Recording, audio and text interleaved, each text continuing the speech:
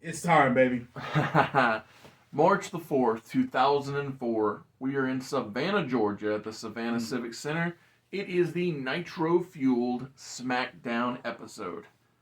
For tonight, and tonight only, Tres Hombres Dominio, they come out with the LWO shirts, paying tribute to Eddie's original NWO offshoot faction from WCW. Classic spinoff, the one that he always tried to get Ray to join, but Ray always refused.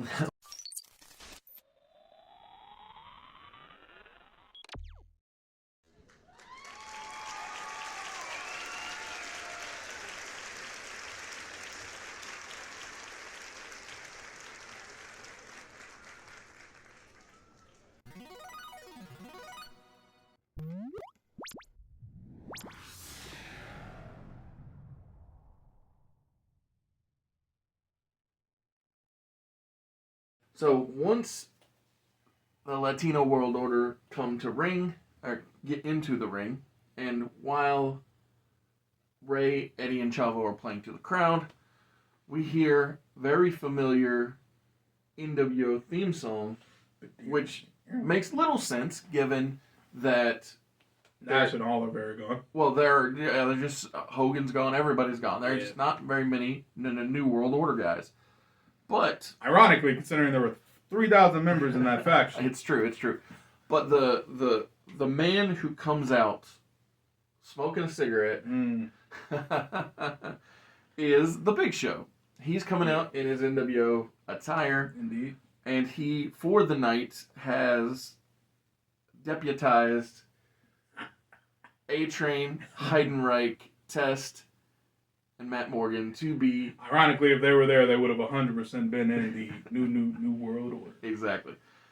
In ring, we just have a verbal exchange between the LWO and this larger-than-life Towering Titans version of the New World Order. In the said exchange, in the said promo, Big Show tells Eddie that there's no way that he will be able to take down the Founding Fathers' best friend, and this is a reference to Shawn Michaels and Kevin Nash bantering back and forth during the Attitude Era. Indeed. Where Shawn even told Brett at one point, "You're confusing destruction with expansion," when Brett and the Hart Foundation told Shawn in Degeneration X that he's going to run him off like he did his friends.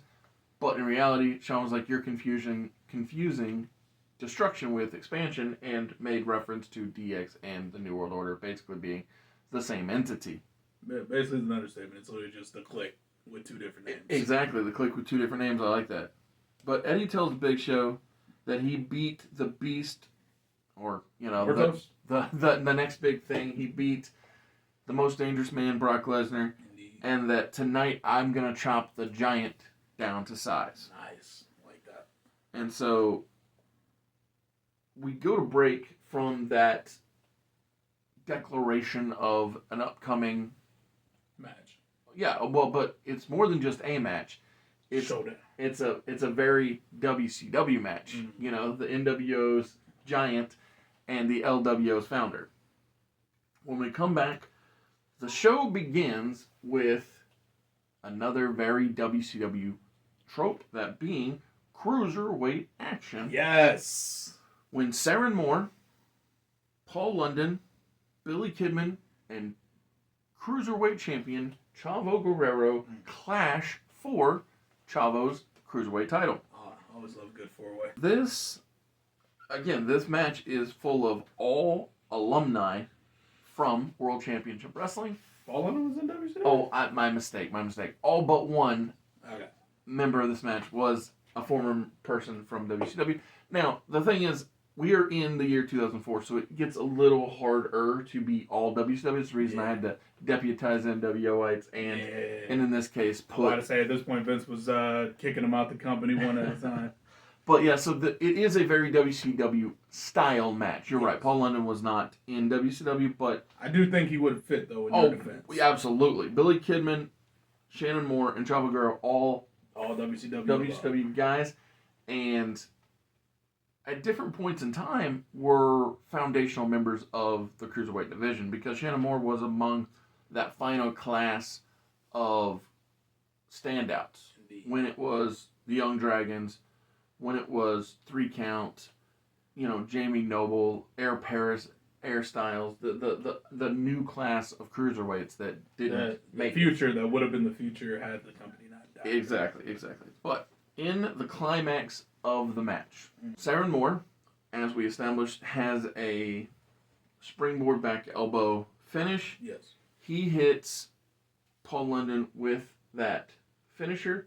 Oh, snap. He goes for the pin, but while he's pinning Paul London, 1, 2, Billy Kidman then breaks up the pinfall with his shooting star press. Oh, God. And so Paul London, or Shannon Moore gets pushed off of Paul London. Yeah. Because he got crushed by Billy Kidman. Dead body. So Kidman then grabs the leg of Paul London. The referee goes 1, 2. That's when Chavo Guerrero hits a frog splash onto the back of Billy Kidman. Poor Paul. And so Billy Kidman gets rolled out of the ring. Chavo then grabs the leg of Paul London. And he goes to the pin. 1, 2, kick out Paul London. Paul London's the toughest guy in the world. And so, but Chavo he's not taking it personally. He's not upset about it. He then taps himself on the head. He picks up Paul London. He hits 1 suplex. He rolls through. He hits 2nd suplex. He rolls through. He lifts up and he hits a 3rd suplex. Beautiful. So Chavo then says, "Okay, got it." Grabs the leg. 1, 2, kick out. Okay, now Chavo's irritated. He's getting heated. He's like, all right, I got this. So picks him up, goes for a gory special. Yes. But while he is going to put Paul London away, Paul works his way out and rolls up Chavo Guerrero. 1, 2, 3. Yo! Paul London is the new Cruiserweight champion. Unbelievable. Go ahead, Paul. From forgotten to champion. Exactly. He's the man. And so this was, a come from behind victory and out of nowhere. By far. Yes. And I just thought it was fun to work it in such a way as to make Paul look like the toughest human being on the planet. Thank you for being here at Mr. Super Oz. This video is going out, and this channel only exists because I, Oz, founded Gamble Comics, which first release was Everlasting Survivors, a 68-page graphic novel called All Day Long. Available now. Follow the link in the description that will take you to gamblecomics.com. While there, you can get hats, shirts, posters, much, much more, but most importantly, the story itself. We are in the backstage area, and we see Paul London smiling. Well, as he's going through the back, he walks by Ron Simmons and Rodney Mack, who look very unusual here tonight because they are with Teddy Long and they are both wearing hoods. So Ron Simmons and Rodney Mack are portraying the duo of Doom here tonight. The duo of Doom. And so it's not Butch Reed, but Rodney Mack is playing the role. Hey, close enough. And as they pass Paul London, make their entrance, and people pop here in Savannah, Georgia. They remember. I'm about to say, oh man, this is. Are wrestling Nunzio and Dupree here tonight. Are they resisting? While the tag team match is happening, the idea basically is anytime Dupree is in the ring, he's holding his own. But anytime that he's in control, Nunzio wants tagged in, and every time Nunzio's in, he gets his ass kicked. He loses control. He's on the losing end. And this is so constant that Dupree stops tagging Nunzio in and just stays in. And basically turns it into a 1-on-2 encounter. And, fair enough. And so Dupree is doing quite well. I mean, Rene Dupree's always been a physically imposing human. Indeed. But at one point, Nunzio is so mad at Dupree for not tagging him in, he grabs the referee and pulls him to the corner and is like berating the referee. At this point, Teddy and Ron Simmons, who are in the corner because Rodney's in the ring with Dupree, Yeah. are both confused, but then it all makes sense. Because Ron gets pulled down from the apron. Oh. Sylvan has returned. I was just thinking, when's he going to be back? I haven't seen him in like 40 years. So Sylvan slams Ron Simmons' back into the ring post. That was smart. He clotheslines Teddy Long. He jumps the barricade and hides sitting in the crowd while Nunzio lets go the referee. Say, bust out the ticket he bought. That ticket. So Nunzio lets go the referee. The referee turns around and sees that Dupree has Rodney Mack in a pinning combination. 1, 2, 3. Dupree wins. Nunzio comes in. Sylvan jumps the barricade. They all hug, and it's a celebration for Federacion. I love to see it. Love to see it. And so I ain't gonna lie, that was clever. I didn't know where that was going. yeah, so it's not exactly on the level of The devil. I like that, but it's Yeah, not anyway. exact. It's not on the level of, let's say, Ric Flair turning on Sting when Arn Anderson and Brian Pillman are teaming up, but it's a very WCW trope. Yes. And up next is a This is a WCW match that could have happened, but I don't think ever did. Because WCW was so keen on weight divisions, they didn't often have Cruiserweight versus heavyweights. exactly. But here tonight, we're having Chuck Palumbo from the Natural Born Thrillers, alumni from WCW, Classic. take on Jamie Noble, formerly from the Young Dragons in WCW. And like I said, this match could You're have right. happened. I don't think this match did happen. It could have, but I don't think it ever did. Yeah. But here Would have been tonight, a good match though. yeah, we see Like it is right now. Jamie San from the Young Dragons take on, like I said, Chuck Palumbo from Natural Born Thrillers. And throughout the contest, Jamie seems as though he is going to get back on his winning ways that he has been. He's back to his old self. He's That he's been off track from ever since the Royal Rumble. Yeah. However, that does not come to pass when Chuck Palumbo pays homage to his Alpha Entertainment Worldwide mentor, hitting Snake Eyes on Jamie, picking him up, hitting a last ride, and then covering Jamie 1, 2, 3. Post-match, Chuck Palumbo, he thinks that Jamie did really good work, so he helps him up, and He baby faces. Yeah. so Palumbo reaches out his hand, Jamie Code of honor. code of honor, but We're getting used to that real soon. so in the handshake though, Jamie then kicks Palumbo between the legs. Yeah, I'm about to say do the goalpost. And this Jamie. this is the end of James Gibson being Noble. This is the culmination of every frustration of all of his shortcomings. This is Jamie Noble giving up on the righteous path, and he storms out of the ringside area. As he is leaving the stage, he passes the Towering Titans, John Heidenreich, Matt Morgan, Test, and A-Train, along with Big Show, who's still repping the New World Order. Big bodies are right. And as Jamie is entering the backstage area, the camera stops following him and follows Big Show throughout the entryway. Well, yeah, of course they have their own gravitational pull. They're so big. Well, that and it's the upcoming match of Big Show versus Eddie Guerrero. Indeed. So once the Towering Titans get to ring, that's when Tres Hombres Dominio come out. All right, you mean the LWO? You're correct. I do mean for this night and this night alone, the LWO do come out. Ray with his Intercontinental Championship. Chavo with his freshly won nothing. So Chavo does come out to support Eddie because I'm of, honestly shocked. It's so unlike him. because of the Towering Titans being so Numerous. plentiful. Yeah, numerous, exactly. And this,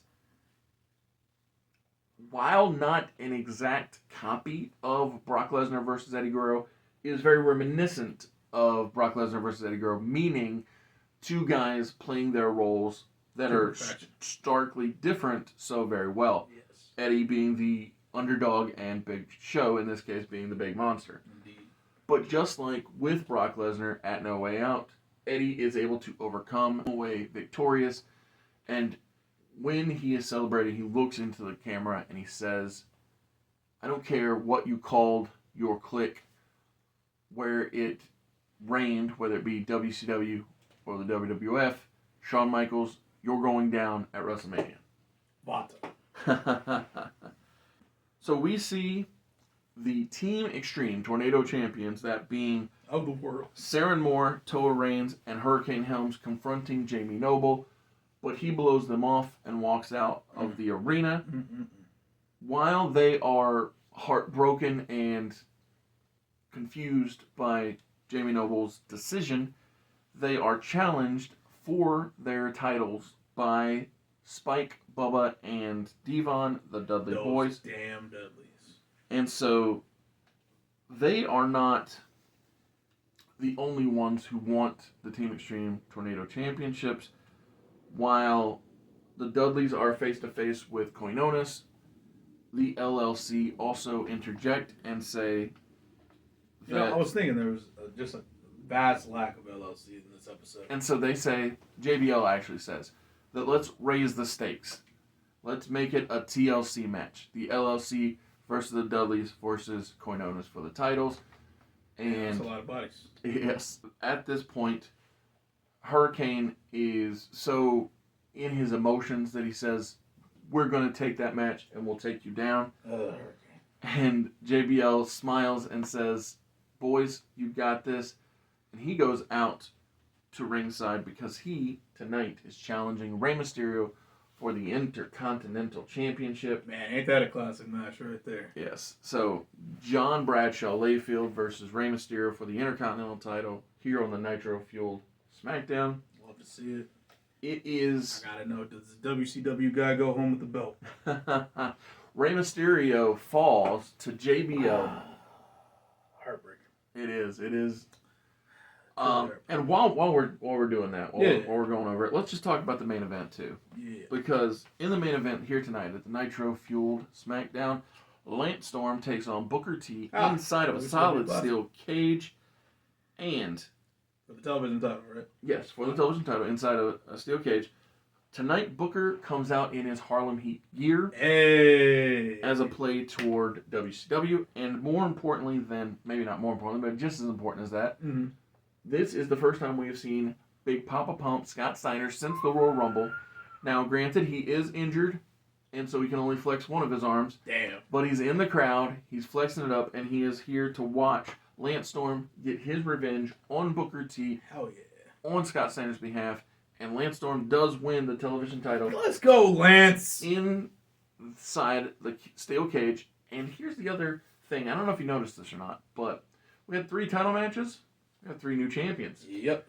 And so we are shaking things up on the road to WrestleMania. Which is insane, because Raw's doing the exact opposite.